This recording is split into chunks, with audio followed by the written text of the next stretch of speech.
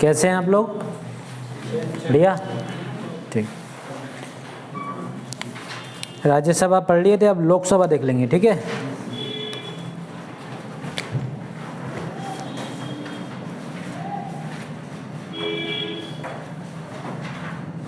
लोकसभा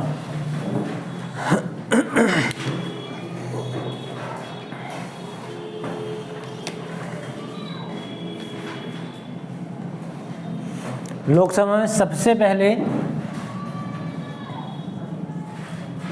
इसका गठन पढ़ लेंगे।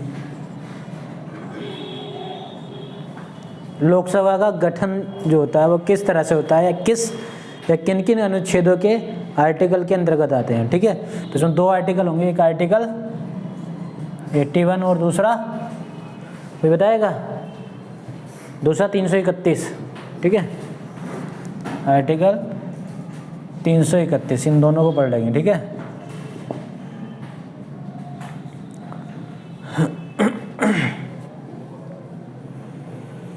आर्टिकल 331 जो बताता है कि स्टेट्स में अधिकतम कितनी सीटें होंगी, जितने स्टेट्स हैं, यूटीज़ में कितनी होंगी, ठीक है, और कितने जो है मनोनीत किए जाएंगे, ठीक है।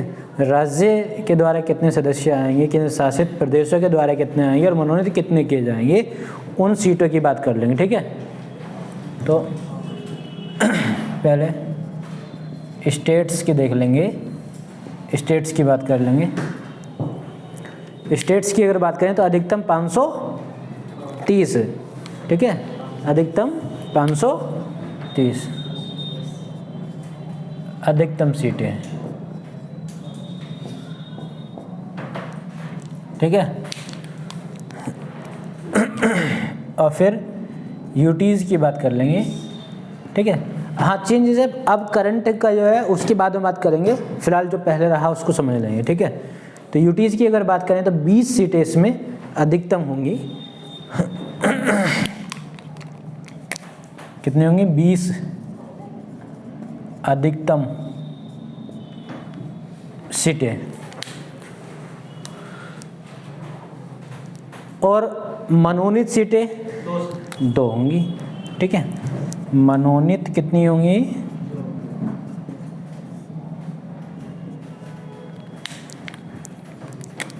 2, ठीक है। टोटल कितनी हो जाएंगी भाई? 552 या 50 + 2, ठीक है, ये सही रहेगा, 50 + 2, ठीक है, 552। आखिर ये 2 कौन रहते हैं, तो इनकी भी बात कर लेंगे, इनको समझ लेंगे। तो 2 जो रहते हैं, 2 सीटें जो रहती हैं, ये आंग्ल भारतीय या एंग्लो इंडियंस की रहती हैं, ठीक है।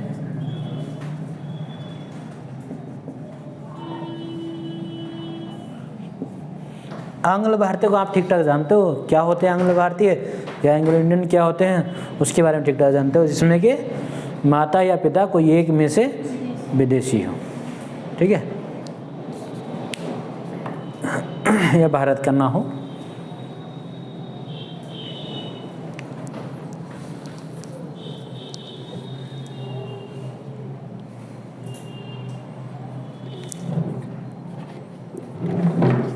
इतना हुआ, गठन देख लिया।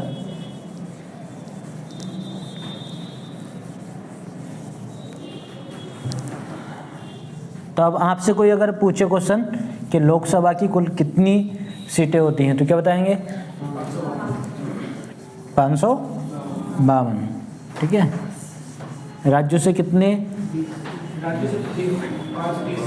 523 और यूटी से 20, 500, तो कुल मिला कितने होंगे? 550 और 2 एंग्लो इंडियन आंग्ल भारतीय की हो गई, तो टोटल 550 + 2 552 हो गई, ठीक है। अब लोकसभा के इलेक्शन की बात कर लेंगे। इसके चुनाव की अगर बात करें, ठीक है, इलेक्शन या चुनाव की अगर बात करें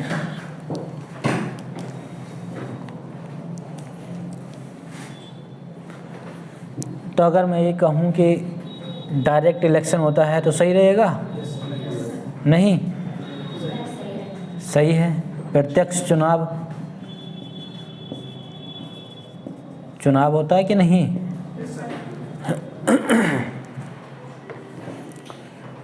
सिस्टम की अगर बात करें कि कौन सी प्रणाली लागू होती है इसमें, तो एक मैंने बताया था फर्स्ट पास द पोस्ट, ठीक है, FPTP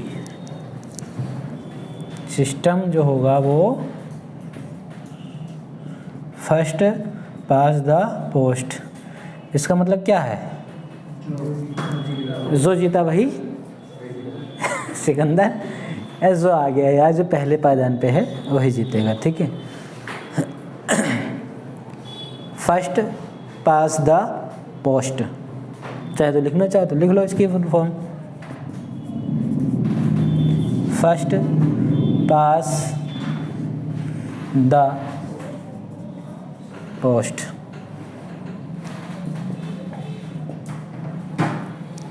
इसका मतलब ये है कि अगर 3 व्यक्ति हैं, 3 व्यक्ति में मान लीजिए कि 2 व्यक्ति जो 30% मत हासिल किए उन लोगों ने, और एक व्यक्ति ने 40, टोटल 100 हो गया, ठीक है। तो जिस व्यक्ति को 40% वोट मिले वो जीत गया, यही तो है। इसका मतलब है कि 60% लोगों ने उसको ठुकरा दिया मगर फिर भी क्या हुआ? जीत गया। इसी को बोला जाता है फर्स्ट पास द पोस्ट, ठीक है। अब एक चीज़ आती है इसमें, चुनाव की बात करें तो एक भौगोलिक निर्वाचन क्षेत्र की बात आती है कि आखिर एक भौगोलिक निर्वाचन क्षेत्र होगा, टेरिटोरियल कॉन्स्टिट्यूंसी होगी। इसकी बात करें तो इसी को हम बोला जाता है परिसीमन, ठीक है। आखिर किस भौगोलिक क्षेत्र का कहाँ से कहाँ तक जो है निर्वाचन होगा, चुनाव किया जाएगा, तो भौगोलिक निर्वाचन क्षेत्र भी होता है इसका, नहीं होता? भौगोलिक निर्वाचन क्षेत्र भी होता है जी। टेरिटोरियल कॉन्स्टिट्यूंसी चाहे लिखना चाहो लिख लो इसमें।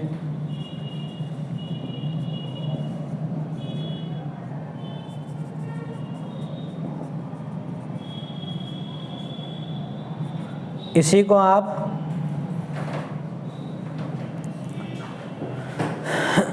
परिसीमन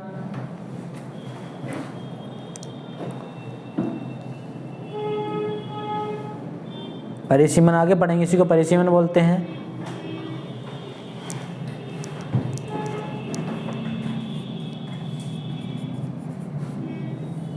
इंग्लिश में डेलिमिटेशन या डिलिमिटेशन।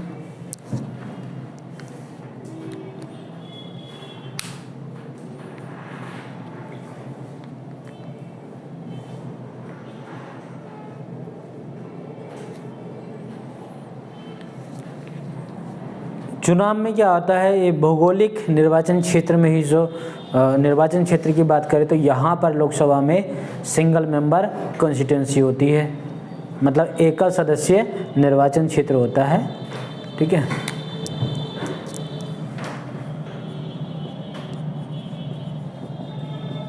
एकल सदस्य निर्वाचन क्षेत्र होता है, सिंगल मेंबर कॉन्स्टिट्यूएंसी होती है, कॉन्स्टिट्यूएंसी होती है।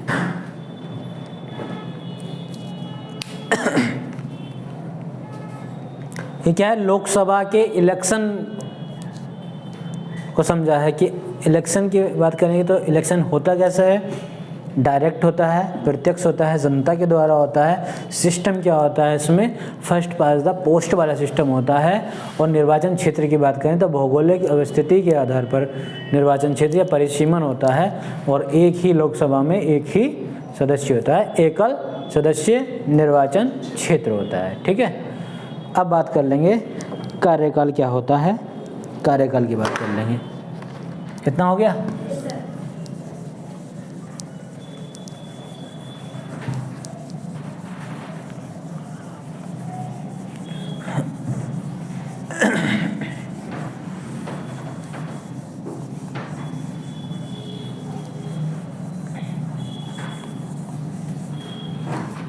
कार्यकाल या ड्यूरेशन, टाइम पीरियड की इसकी बात कर लेंगे।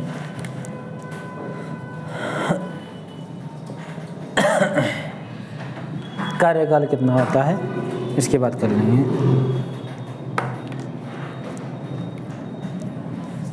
तो कितने साल का होता है? 5 साल का होता है। ठीक है, 5 साल का होता है एक लोकसभा सदस्य का कार्यकाल। क्या 5 साल में भंग भी हो सकती है? हो सकती है। ठीक है, 5 साल में भंग भी हो सकती है। ठीक है, और जब भंग हो जाएगी तो शासन कौन सा हो जाएगा? राष्ट्रपति।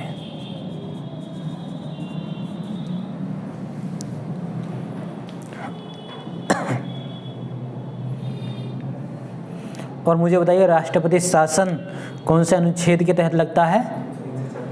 352 के। ठीक है, अनुच्छेद 352 के तहत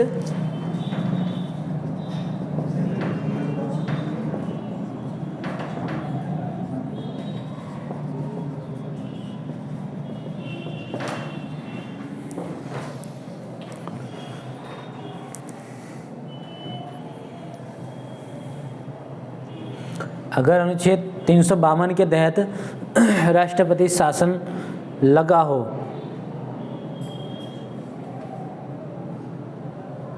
तो संसद में जो है बिल पारित करके 1 साल बढ़ाया जा सकता है। किसको?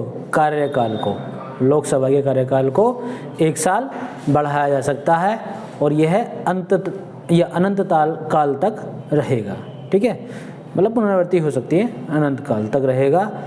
मगर दूसरी बात यह है कि जैसे ही आपात हटने के 6 महीने बाद चुनाव कराना होगा। आपात हटने के 6 महीने बाद चुनाव कराना होगा। यदि आर्टिकल 352 के तहत राष्ट्रपति शासन लगा हो तो संसद बिल पारित करके 1 साल बढ़ा सकती है। यदि आर्टिकल 352 के तहत राष्ट्रपति शासन लगा हो तो संसद बिल पारित करके 1 साल बढ़ा सकती है। 1 साल बढ़ा सकती है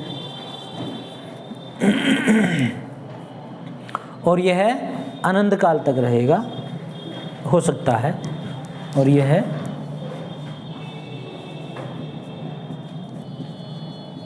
अनंत काल तक। ठीक है, एक चीज़ तो ये हो गई।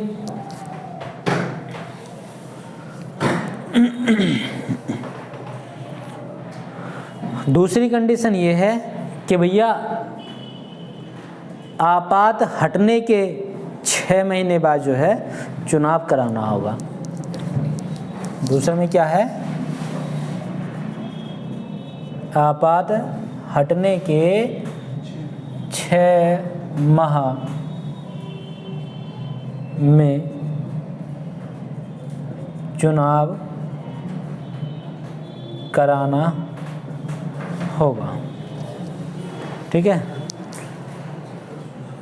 या 6 माह या 6 माह बाद लिख ले लो तो ये बेहतर होगा। ठीक है, नहीं 6 माह में आप कंफ्यूज हो जाओगे। 6 माह बाद ये सही होगा, बाद चुनाव कराना होगा।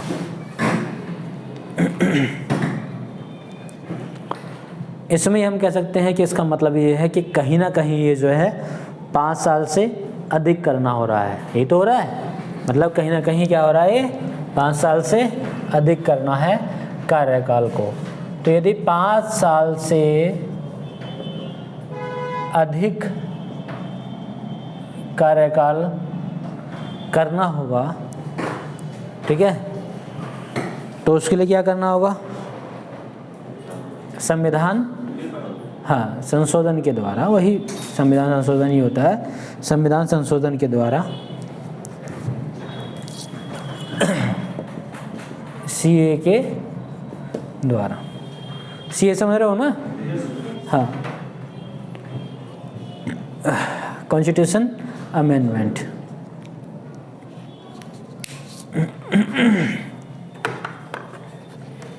अब बात करते हैं कि आखिर लोकसभा में रिजर्वेशन होता है या नहीं, और होता है तो कितना होता है, कितने टाइम के लिए होता है, उसको देख लेंगे।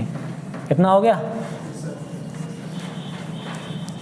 क्योंकि ये रिजर्वेशन वाले पॉइंट पर बहुत मतभेद होता है, लोग सिर फोड़ना शुरू कर देते हैं आपस में। चुनाव में ही आपस में जो है चुनाव लड़ कोई और रहा होता है और सिर किसी और के फूट रहे होते हैं, ये स्थिति हो जाती है, और जबकि उसका उससे कोई मतलब नहीं होता है।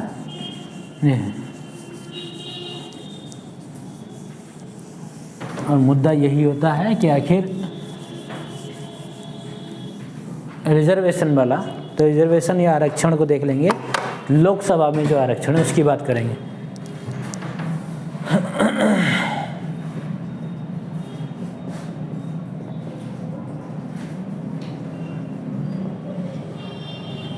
रिजर्वेशन को देखेंगे तो आर्टिकल 330, 331 और 334 को एक साथ पढ़ लेंगे। इसमें आर्टिकल पहले पढ़ेंगे 330, अनुच्छेद 330। आखिर क्या कहता है अनुच्छेद 330? तो अनुच्छेद 330 में दिया गया है जो कि एससी और एसटी के लिए है, रिजर्वेशन एससी और एसटी के लिए है, एससी या एसटी के लिए रिजर्वेशन है। इसमें बताया गया है कि एससी एसटी को प्रत्येक राज्य की जनसंख्या में उनकी जनसंख्या के अनुपात में आरक्षण दिया जाए। कहने मतलब ये है कि जिस राज्य में एससी एसटी जितनी जनसंख्या में है उस जनसंख्या के अनुपात में, जितना अनुपात उनका है उतना ही उनको रिजर्वेशन दिया जाए।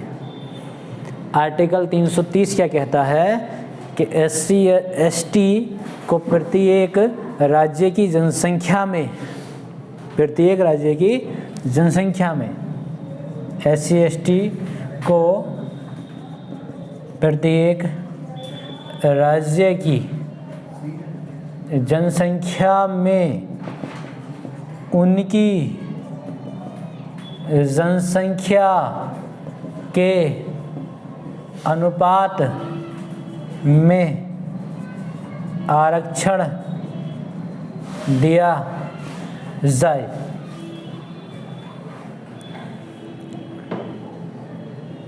आरक्षण दिया जाए या दिया जाएगा, स्पष्ट जोर डाल के जो है बात की गई, तो दिया जाएगा। ठीक है,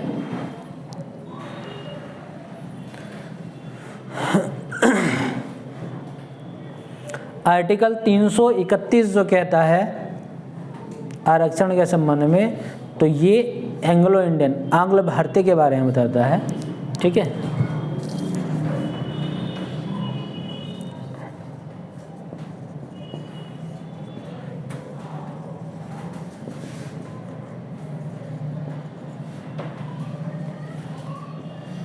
आंग्ल भारतीयों के बारे में बताता है।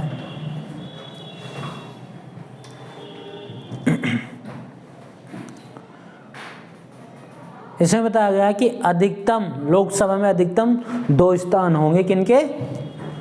आंग्ल भारतीयों के। एआई, शॉर्ट फॉर्म में आप एआई बोल सकते हैं, अधिकतम।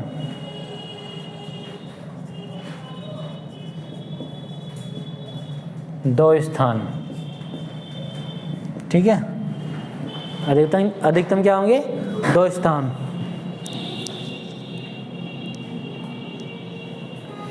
इसमें भी एक कंडीशन दी गई है कि यदि राष्ट्रपति को लगे कि प्रतिनिधित्व क्या है? कम है। अगर उसे लग रहा है कि प्रतिनिधित्व कम है तो तब ये कर सकता है। यदि राष्ट्रपति को लगे कि प्रतिनिधित्व कम है,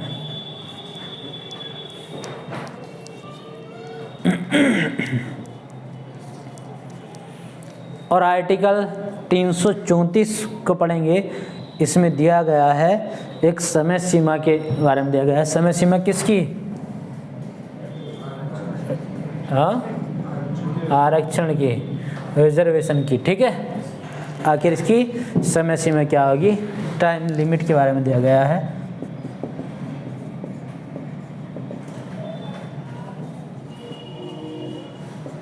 समय सीमा के बारे में दिया गया है। यही एक ऐसा पॉइंट है जो यहाँ पे इस पॉइंट को पढ़ के कुछ लोग गलत फहमियाँ पाल लेते हैं कि रिजर्वेशन जो है SC/ST के लिए सिर्फ 10 वर्षों के लिए हुआ था। तो 10 वर्षों के लिए कहाँ हुआ था? सिर्फ और सिर्फ लोकसभा की सीटों पर, ठीक है। वो रिजर्वेशन अलग है, ये रिजर्वेशन अलग है। तो समय अवधि या समय सीमा की अगर बात करें रिजर्वेशन की, तो इसमें दिया गया है कि ये दोनों आरक्षण कौन कौन से? 330 और 331 के तहत जो दिए गए हैं, SC/ST और एंग्लो इंडियन। तो ये दोनों आरक्षण 10 वर्ष पूरे होने के बाद समाप्त हो जाएंगे। इसमें जो बात कही गई है आर्टिकल 334 में कि ये दोनों आरक्षण आर्टिकल 330 के तहत मिलने वाला और 331 के तहत मिलने वाला, SC/ST और एंग्लो इंडियन को मिलने वाला आरक्षण, ये दोनों समाप्त हो जाएंगे 10 वर्ष पूरे होने के बाद, ठीक है। तो ये दोनों आरक्षण 10 वर्ष पूरे होने के बाद समाप्त हो जाएंगे। ये दोनों आरक्षण 10 वर्ष पूरे होने के बाद समाप्त हो जाएंगे।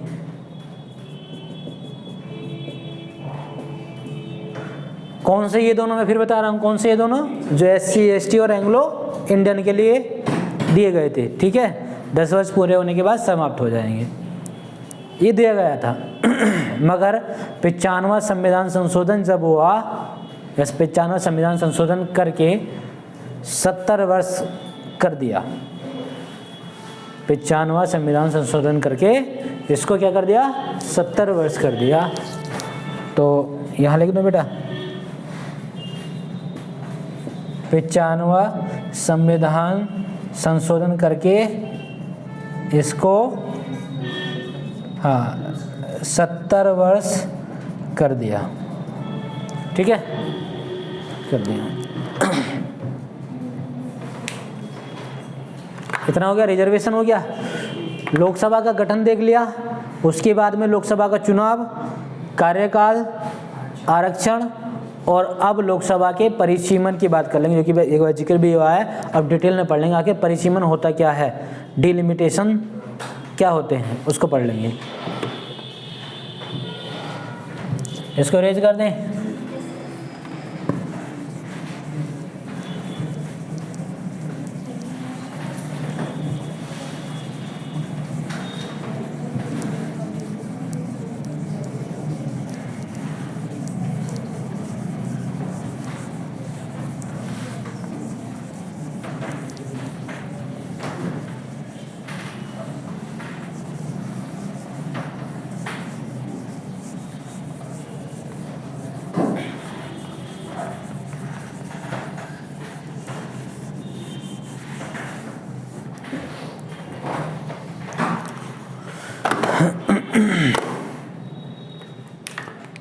तो परिसीमन की बात करेंगे। आप क्या पढ़ेंगे? परिसीमन। डेलिमिटेशंस की बात कर लेंगे, परिसीमा आखिर क्या होता है इसकी बात कर लेंगे। तो इसमें पढ़ेंगे आर्टिकल 81 के तहत क्या होता है उसको देख लेंगे, फिर उसके बाद में कि आखिर ये परिसीमन क्या है, ये भी तो सवाल उठता है, इसको समझ लेंगे। तो फिर देखेंगे क्या है परिसीमन।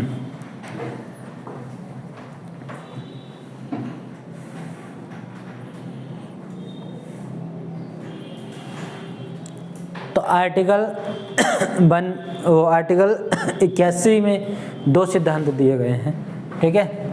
इसमें क्या है, 2 सिद्धांत, 2 प्रिंसिपल दिए गए हैं। 2 सिद्धांत जो दिए गए हैं, इसमें पहला ये है कि सभी राज्यों के बीच आनुपातिक समानता होनी चाहिए।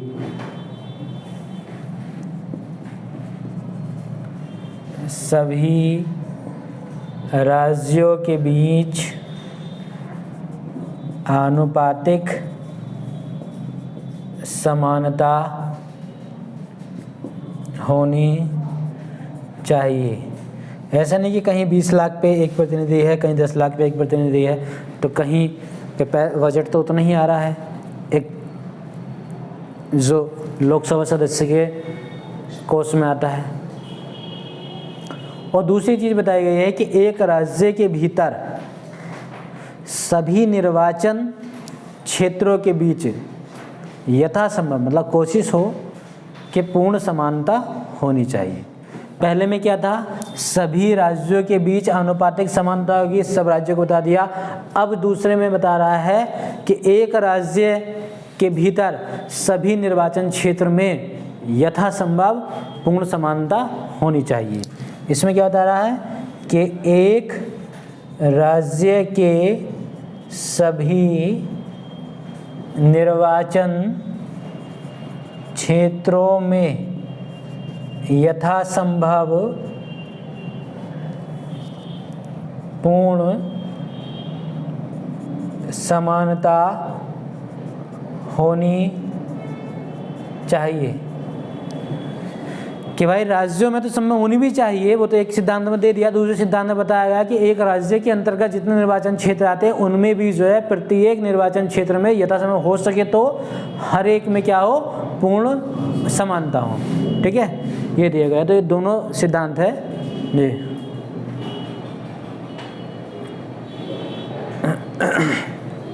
अब देख लेंगे आखिर क्या है परिसीमन, क्या है। तो जब आपसे पूछा जाएगा कि परिसीमन क्या है, तो आप बताएंगे कि चुनाव के लिए, इलेक्शन के लिए भौगोलिक निर्वाचन क्षेत्र का निर्धारण करना क्या कहलाएगा, परिसीमन कहलाएगा। मतलब चुनाव के लिए भौगोलिक निर्वाचन क्षेत्र का निर्धारण, चुनाव के लिए भौगोलिक निर्वाचन क्षेत्र का निर्धारण क्या होगा, परिसीमन होगा, ठीक है।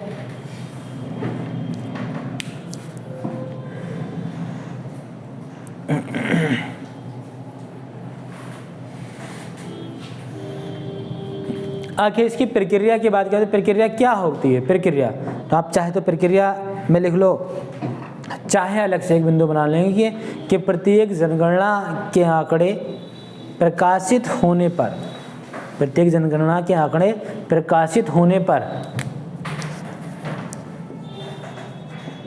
प्रत्येक जनगणना के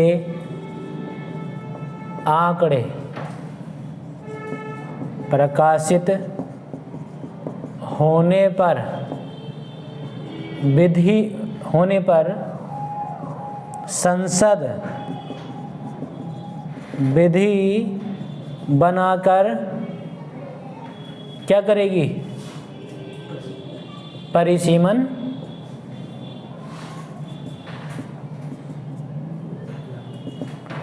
करेगी, ठीक है। परिसीमन करेगी, और परिसीमन जब करेगी तो उसके लिए क्या बनाएगी, परिसीमन आयोग बनाएगी। ठीक है, परिसीमन आयोग बनाएगी।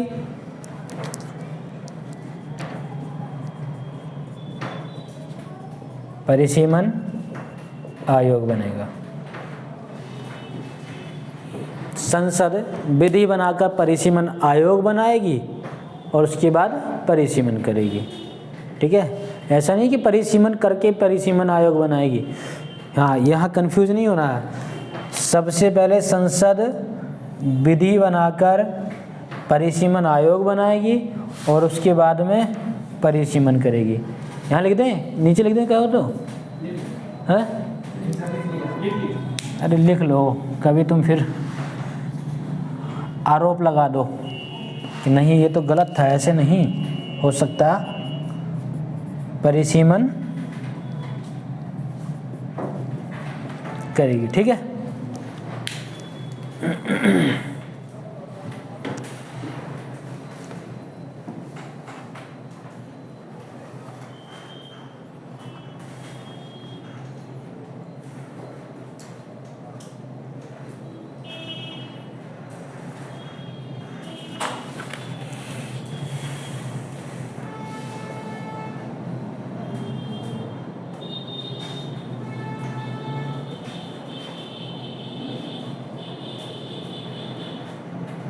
कितना हो गया, साफ कर दें इसको।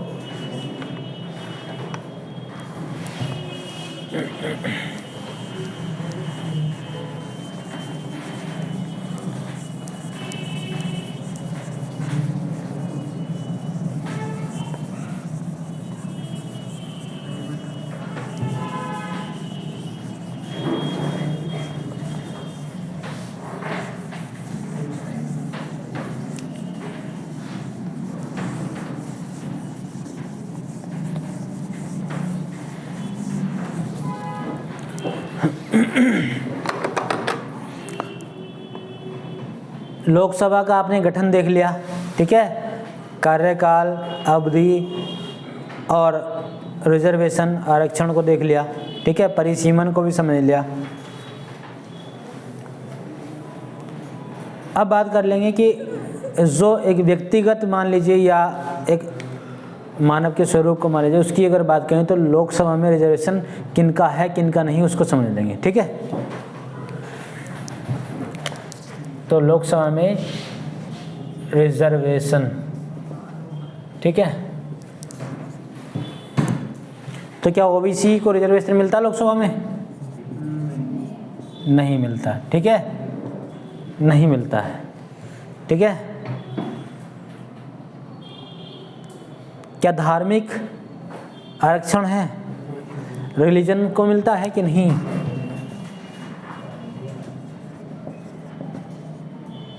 धार्मिक भी नहीं। क्या आप इस धर्म के हो तो आपको आरक्षण दिया जाता है। क्या SC ST को मिलता है? SC ST को मिलता है।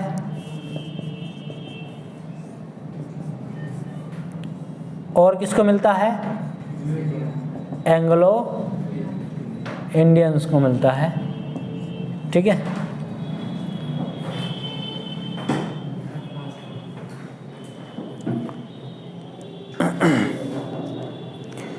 अब बात कर लेंगे जेंडर की, बात कर लेंगे कि किस जेंडर में भी है या मिलता है या नहीं, उसकी बात कर लेंगे। ठीक है, हम अभी ये पुरानी कंडीशनों को पढ़ रहे हैं, करंट में अभी नहीं पढ़ रहे हैं। पूरा एक बैकग्राउंड समझ लेंगे, फिर उसके बाद लेंगे करंट में कि अब वर्तमान में क्या स्थिति है। तो क्या मेल के लिए रिजर्वेशन है? नहीं है। ठीक है, हाँ, रिजर्वेशन नहीं है। इनकी बात अलग कर रहा हूँ मैं, इनकी बात नहीं है। ठीक है बेटा, ये अलग चीज़ है। फीमेल के लिए हाँ है, नहीं अभी पेंडिंग है बस। ठीक है, फीमेल के लिए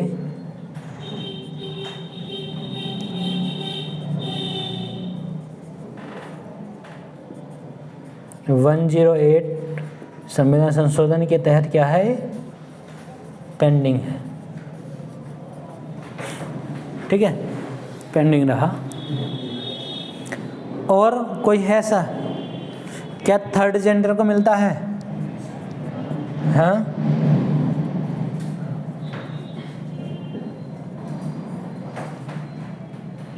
थर्ड जेंडर को रिजर्वेशन है? नहीं। तो इसमें देख लिया हमने रिजर्वेशन आगे किनको है किनको नहीं, ये देख लिया।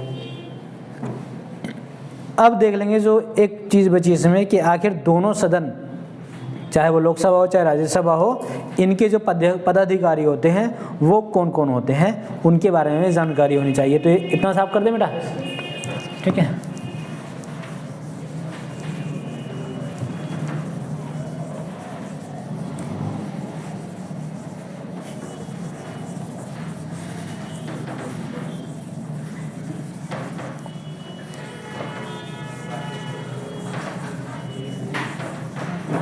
अब बात कर लेंगे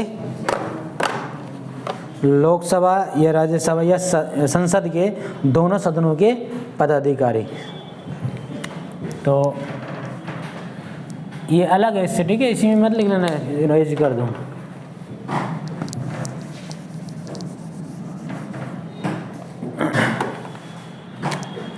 लिखेंगे दोनों सदनों के पदाधिकारी। दोनों सदनों के पदाधिकारी कौन कौन होते हैं? पहले तो मुझे सदन बता दो कौन कौन से हैं। एक तो लोकसभा हो गया, ऐसे लिख रहा हूँ, और दूसरा राज्यसभा हो गया, ठीक है। तो लोकसभा में जो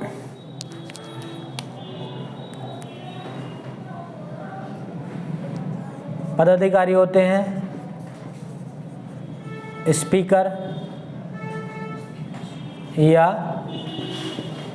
अध्यक्ष, ठीक है, उन्हें क्या बोला जाता? स्पीकर या अध्यक्ष। और दूसरे होते हैं डेप्यूटी स्पीकर या उपाध्यक्ष।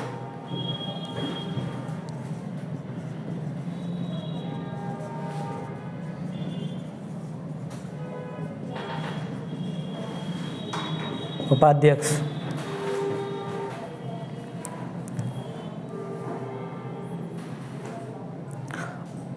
आखिर इनका इलेक्शन कौन करता है, ठीक है, इनका चुनाव कौन करेगा? तो किनका? इन दोनों का चुनाव, ठीक है बेटा, इन दोनों का। अगर हम इलेक्शन की बात करें तो इन दोनों का चुनाव कौन करेगा? तो संसद, वो सदन के सदस्य साधारण बहुमत से इनका चुनाव करेंगे। सदन के सदस्य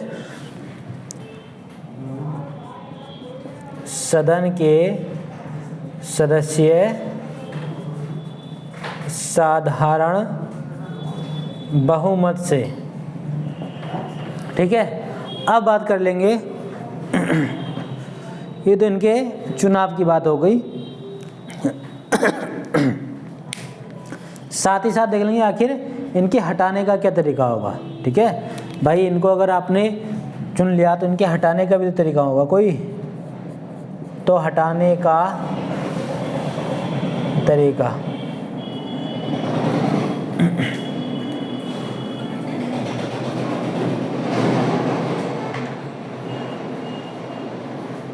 तो इसमें क्या है, हटाने के तरीके में जो अपना सदन है, मतलब जो जिस सदन के हैं, ठीक है, अपना सदन जो है पहले 14 दिन का नोटिस जारी करेगा।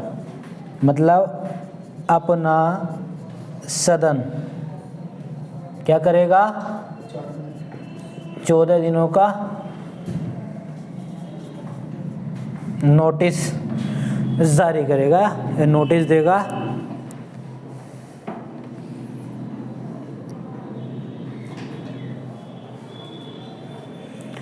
फिर उस सदन की कुल संख्या का बहुमत से ये हट जाएंगे, पारित होगा।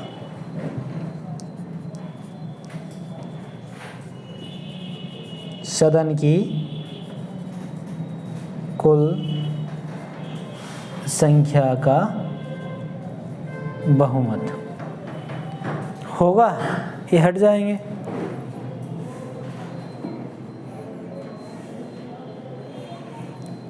अब बात आती है राज्यसभा की। राज्यसभा को समझ लेंगे, आखिर राज्यसभा के पदाधिकारी कौन होते हैं। ठीक है, तो जिस तरह से लोकसभा में अध्यक्ष जो स्पीकर होते हैं, पदाधिकारी स्पीकर होते हैं, उस तरह से राज्यसभा में कौन होते हैं, सभापति होते हैं, चेयरपर्सन होते हैं। ठीक है, क्या होते हैं, सभापति या चेयरपर्सन,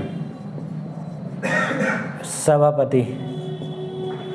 ठीक है, सभापति होते हैं। तो वहीं उपसभापति क्या हो गए, डेप्यूटी चेयरपर्सन हो गए।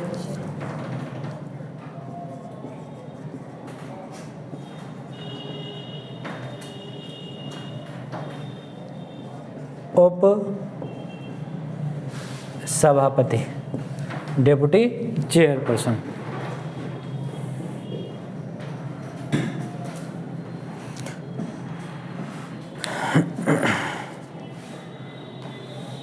और राज्यसभा के सभापति की अगर बात करें तो आप उपराष्ट्रपति का सुना है ना, उपराष्ट्रपति क्या करते हैं, हैं यही होते हैं ना। ठीक, तो इसको आप उपराष्ट्रपति दो शब्दों में।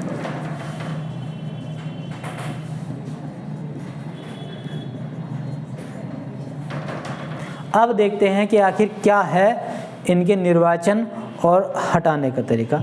हाँ, पहली बात तो ये है कि इनका निर्वाचन होता है कि नहीं, निर्वाचन होता है। ठीक है, अब देखते हैं इनके हटाने का तरीका।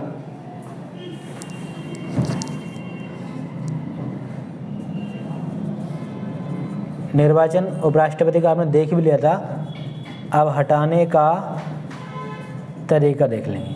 ठीक है, आखिर तरीका क्या होता है हटाने का। तो राज्यसभा से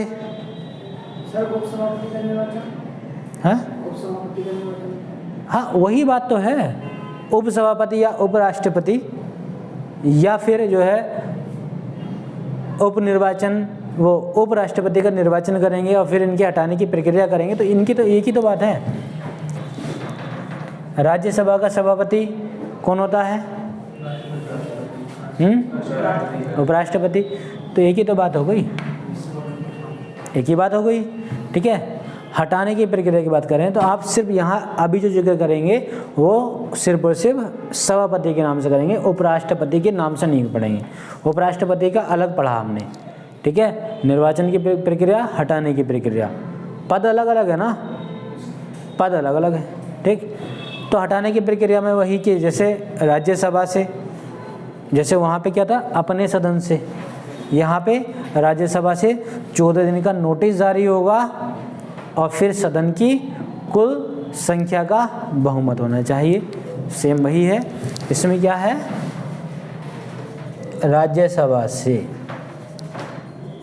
14 दिनों का नोटिस जारी और फिर दूसरा क्या है, सदन की कुल संख्या का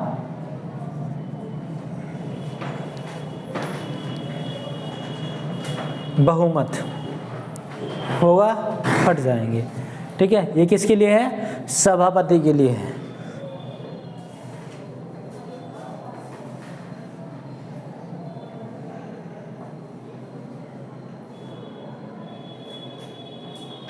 अब बात करें उपसभापति के इलेक्शन की बात करें, चुनाव की बात करें तो सदन के सदस्य साधारण बहुमत से चुनाव करेंगे। चुनाव भी देख लेंगे।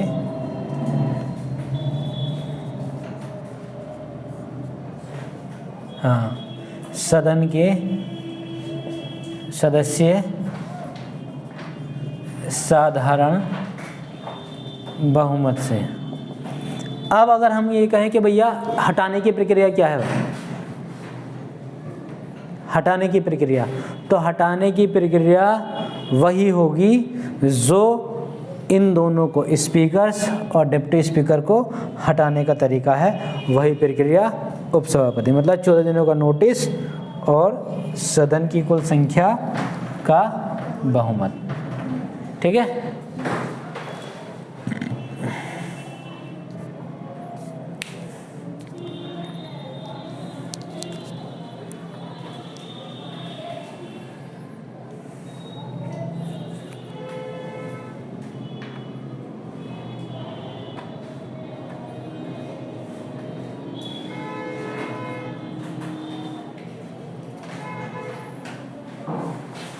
ये हो गया। अब बात कर लेंगे कि आखिर लोकसभा की शक्तियाँ क्या होती हैं। लोकसभा की शक्तियों के बारे में पढ़ लेंगे। इतना साफ कर दें।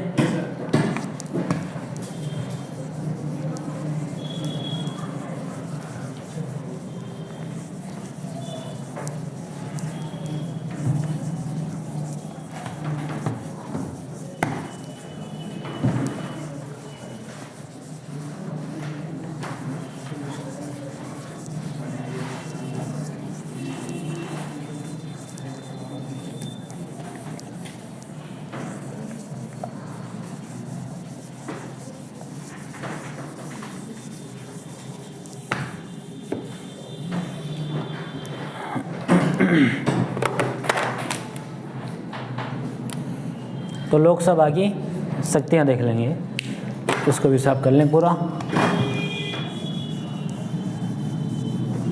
नए सिरे से शुरुआत करते हैं।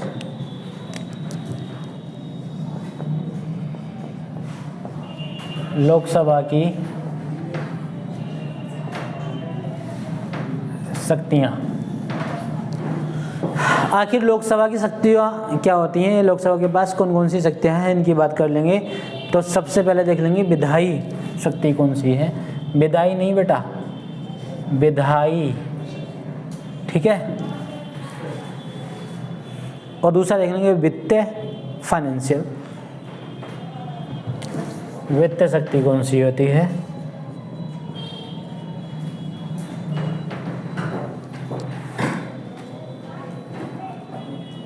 और फिर उसके बाद में देख लेंगे सरकार या कार्यपालिका पर कैसा नियंत्रण होता है लोकसभा का, उसके बारे में भी देख लेंगे। सरकार या कार्यपालिका पर नियंत्रण, सरकार या कार्यपालिका पर नियंत्रण, इसको भी पढ़ लेंगे। और फिर बचा कुछ अन्य में लिख लो, तो कुछ बचेगा छूटेगा याद आ जाएगा तो पढ़ लेंगे इसमें, ठीक है। विधायी शक्तियों में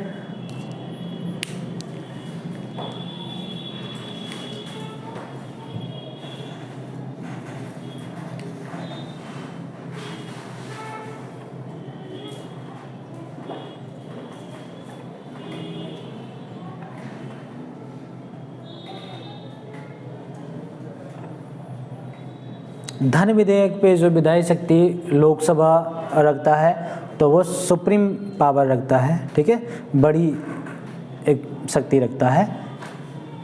कंपेयर भी करते चलेंगे, राज्यसभा को भी कंपेयर करते चलेंगे। तो धन विधेयक के मामले में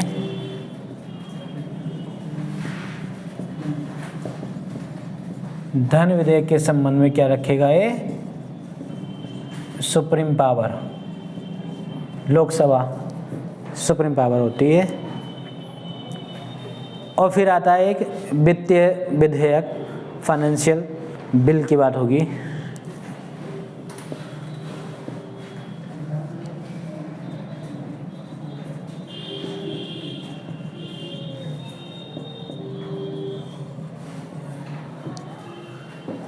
अगर वित्तीय विधेयक की बात करें तो राज्यसभा से थोड़ी ज़्यादा पावर रखता है लोकसभा, थोड़ी ज़्यादा पावर रखता है। फिर बात करेंगे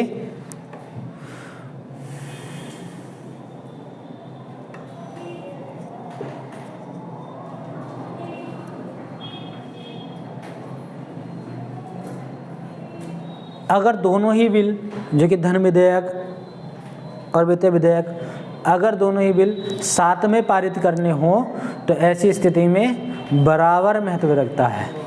ऐसी स्थिति में क्या होगा, बराबर महत्व रखेगा। तो इसको मैं, हाँ, मान लो F V first and second financial bill, इसमें क्या होगा, बराबर शक्ति रखता है या बराबर पावर रखता है। और इतना ही नहीं, संयुक्त बैठक भी बुलाएगा। ठीक है, क्या होगा, हाँ, संयुक्त बैठक भी होगी। हाँ हाँ हाँ, तो 2 बिल हो गए ना, मैंने दोनों एक ही जगह लिख दिया। अगर 2 बिल एक साथ पास होते हैं तो ठीक है, फर्स्ट सेकंड 2 बिल एक साथ अगर पास होते हैं तब। और चौथी चीज़ आती है कि संविधान संशोधन बिल, अगर ये संविधान संशोधन विधेयक पास होता है तो उसमें क्या होगा,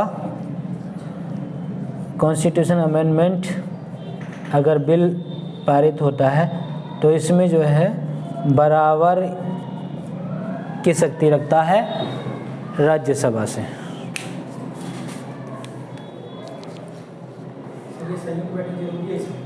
हाँ हाँ, अगर एक साथ होंगे संयुक्त बैठक होनी चाहिए भाई।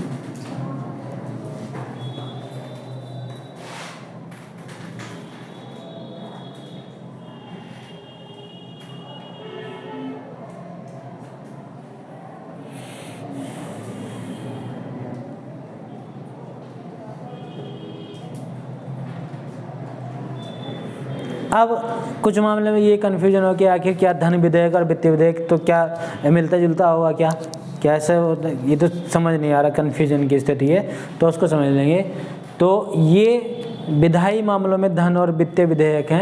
अब बात कर लेंगे वित्तीय की, बात होगी कि आखिर वित्तीय मामलों में क्या पावर रखता है। तो वित्तीय में ही क्या आ जाएगा, एक धन विधेयक भी आ जाएगा। क्या होगा इसमें, धन विधेयक बोल लीजिए, या धन जो बजट कह लीजिए आप, साधारण शब्दों में ये मान लीजिए कि बजट से संबंधित मामले हैं। तो धन विधेयक के मामले में, और फिर बजट को भी इसी में शामिल किया गया, इनकी भी शक्ति रखता है। ये वित्तीय मामलों में होगा। ठीक, ये विधायी मामलों में किस तरह की शक्ति रखेगा, लोकसभा। और लोकसभा की ओर क्या शक्ति होती है कि सरकार और कार्यपालिका पर नियंत्रण होता है। फिर अन्य चीज़ देख लेंगे कि अन्य कोई पढ़ लेंगे, आखिर अन्य क्या है।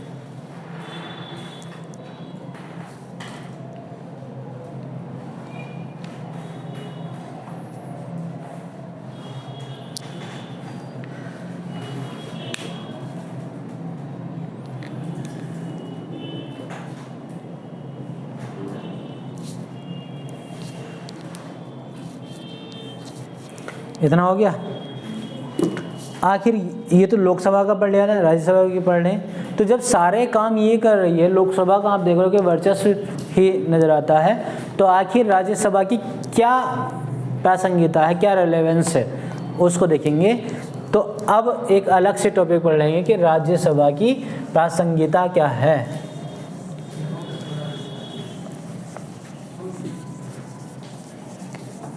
कि आखिर राज्यसभा को समाप्त कर दें या बनाए रखना चाहिए।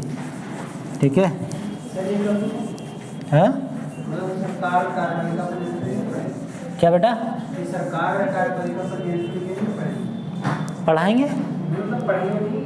अरे यही तो है, लोकसभा की शक्तियों में शक्तियां तो हैं, वो डिटेल में पढ़ा दिया। ये वही तो है, लोकसभा की शक्तियों में सरकार या कार्यपालिका पर नियंत्रण होता है लोकसभा का।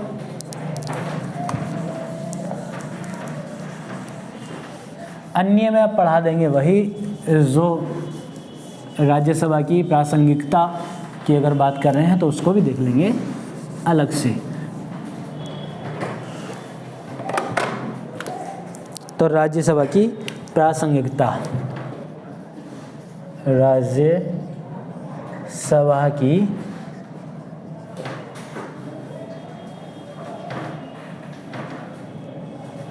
प्रासंगिकता, रेलेवेंस ऑफ आरएस। आरएस मतलब रोल स्टेज नहीं समझ लेना, हाँ, कि बस आरएस की तो बहुत प्रासंगिकता है, आप परिकल्पना भी नहीं कर सकते हैं कितनी महत्व है इस चीज़ का। शाम होते होते महत्व बढ़ जाता है इसका, तो ऐसा नहीं समझिए, ये वो अलग चीज़ है बेटा, ठीक है। हाँ, और मैं इसको कर रहा हूँ समाप्त, तभी बवाल हो जाएगा। समाप्त क्यों कर रहे हो? आरएस बंद हो जाएगी, फिर गलत हो जाएगा मामला। ये कच्ची से काम चलता नहीं, तो आरएस से ही काम चलाएंगे। लड़कियाँ समझ रही हो आरएस बेटा क्या? इस शराबियों की फेवरेट एक शराब की बोतल है, रॉयल, क्या बोलते हैं इसको? रॉयल स्टेज होती है, स्टेट होती है, स्टेज ना, अच्छा पता नहीं। देखो रॉयल शाही स्तर पर बैठाने वाले, झूम बराबर झूम स्टेज। तो समाप्त कर दें इसको या बनाए रखना चाहिए? कह रहे बनाए रखना चाहिए, इसको समाप्त नहीं करें। तो पढ़ लेंगे आखिर आप वाली आरएस और इस आरएस में क्या अंतर है, उसको देख लेंगे।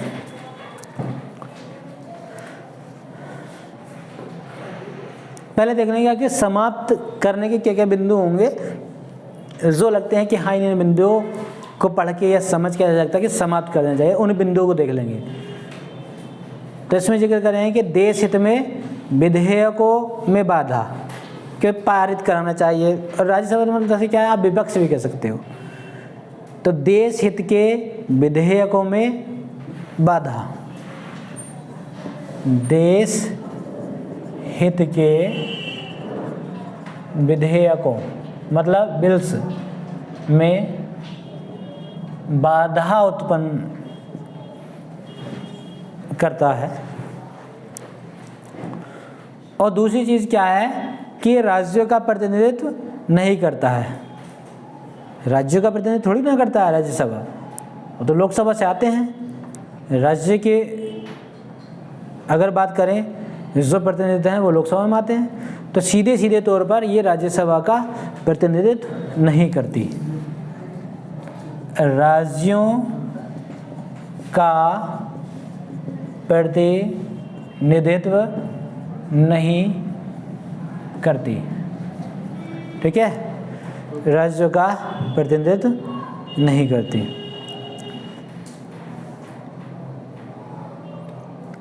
और कुल मिला के अगर एक शब्द और जोड़ें इसमें, तो दरअसल ये हारे हुए राजनीतिज्ञों की शरणगाह है, ये समझ लीजिए। हाँ, हारे हुए राजनीतिज्ञों, हारे हुए राजनीतिज्ञों की शरणगाह है, ठीक है। हाँ, विपक्ष भी तो इसी से तैयार होता है भाई। तो इन बिंदु को देख के लगता है कि समाप्त कर देना चाहिए, अब बनाए रखना चाहिए। इन बिंदु को देखना कि क्यों बनाए रखें। पहली बात यह है कि ये क्या है, एक स्थायी सदन है, ठीक है। ये क्या है, स्थायी सदन है। तो मित्रों लोकसभा क्या है, अस्थायी। क्या ये भंग हो सकता है? लोकसभा भंग हो तो इस सदन से सहायता ली जा सकती है, ठीक है। लोकसभा भंग हो तो इस सदन से सहायता ली जा सकती है। भंग हो तो इस सदन से सहायता ली जा सकती है। अगर लोकसभा भंग हो तो इस सदन से सहायता ली जा सकती है। इसका मतलब हम बात कर रहे हैं किसकी, इमरजेंसी की।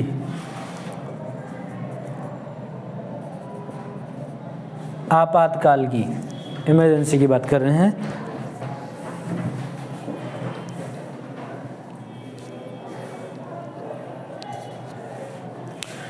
दूसरी कंडीशन ये है कि अगर लोकसभा जल्दबाजी में विधेयक पारित कर दे, ठीक है। लोकसभा जल्दबाजी में विधेयक पारित कर दे तो यह सदन उस पर रोक लगा सकता है, ठीक है। देखिए जल्दी जल्दी में सारे मामले निपटा लो जो वो सोच रहा है प्रधानमंत्री, इनडायरेक्ट आप प्रधानमंत्री कह लो, ठीक है। अगर लोकसभा जल्दबाजी में विधेयक पारित कर दे, अगर लोकसभा जल्दबाजी में विधेयक पारित कर दे तो यह सदन उस पर रोक लगा सकती है, रोक लगा सकती है, ठीक है, राज्यसभा। दूसरे शब्दों में हम कहें तो ये लोकसभा पर लगाम है एक, ठीक है।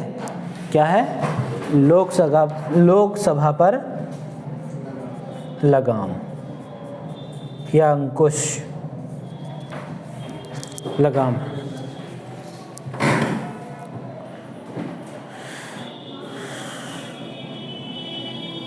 और एक विशेष बात जो है सबसे बड़ी इसमें कि जो 12 मनोनीत सदस्य होते हैं, व्यक्ति होते हैं, वो किसी विशेष क्षेत्र का प्रतिनिधित्व करते हैं, ठीक है। ये भी अच्छी बात है कि भाई कम से कम जो भारत का एक मूलभूत आप पहचान कह लीजिए, चाहे वो खेल जगत से आता हो, साहित्य से आता हो या किसी भी ऐसे क्षेत्र से जिसमें उसने बेमिसाल ख्याति प्राप्त की, चाहे वो विज्ञान क्षेत्र का हो, किसी भी क्षेत्र का हो, तो ऐसे 12 मनोनीत व्यक्ति किसी विशेष क्षेत्र का प्रतिनिधित्व करते हैं इसमें, ठीक है। तो 12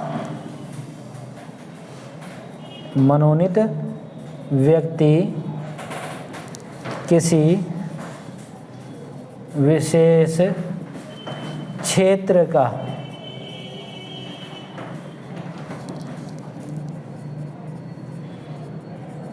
प्रतिनिधित्व करते हैं, ठीक है, प्रतिनिधित्व करते हैं। तो ओवरऑल ये जो है हमारा पूरा समाप्त हो गया। राज्यसभा हो गई, लोकसभा हो गया, तो इसको आपने समझ लिया। मंत्री परिषद तो पहले ही समझ लिया था।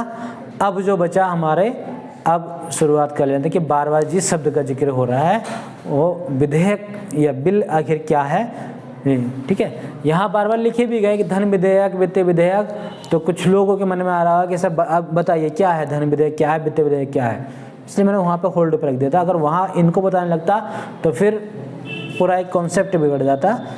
अब हम सिर्फ और सिर्फ जिक्र करेंगे कि विधेयक क्या है, बिल क्या है, आखिर इनकी बात कर लेंगे डिटेल में, ठीक है। फिर विधेयक पारित होने की क्या प्रक्रिया है उसको पढ़ लेते हैं, ठीक। तो अब बात करेंगे विधेयक आखिर क्या है, तो लिस्ट बना लेंगे पूरी, उसको देख लेंगे।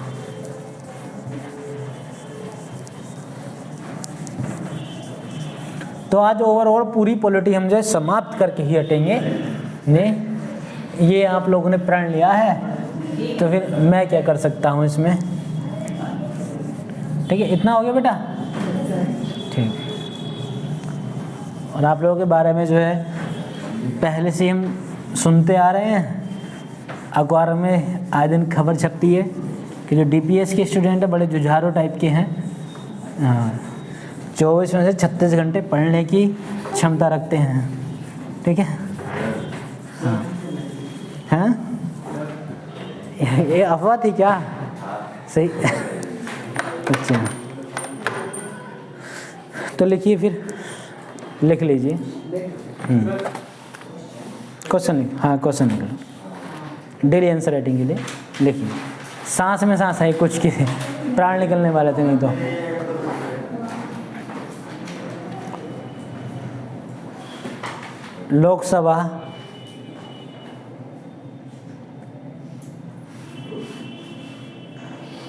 लोकसभा का गठन चुनाव कार्यकाल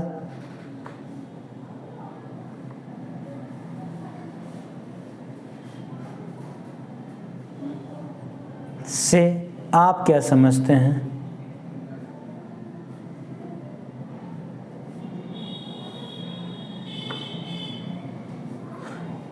तथा इसमें मिलने वाले आरक्षण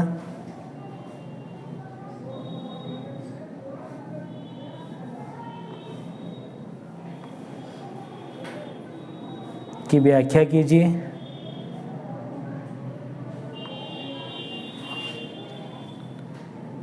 साथ ही यह भी स्पष्ट करें कि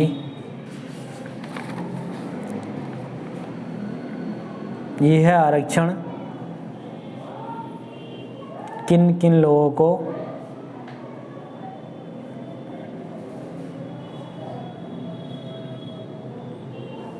मिलता है तथा किन किन को नहीं।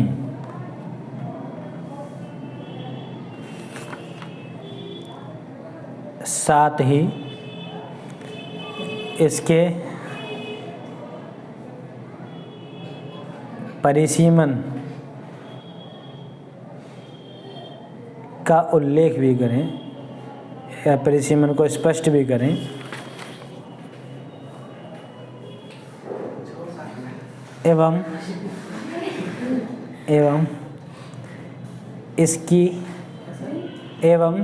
इसकी शक्तियों को भी स्पष्ट करें। एवं इसकी शक्तियों को भी स्पष्ट करें।